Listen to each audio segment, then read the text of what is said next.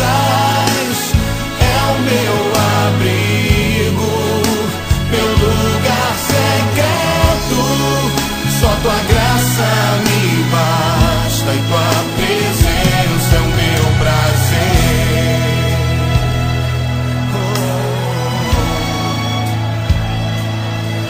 É o meu prazer. Eu não preciso ser reconhecido por ninguém. Declare a Ele. Eu não preciso ser reconhecido por ninguém. A minha glória é fazer com que conheçam a Ti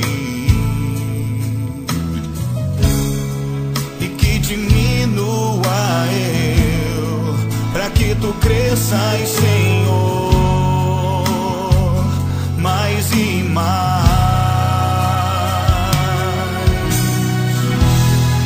E como os serafins que cobrem o rosto ante a Ti,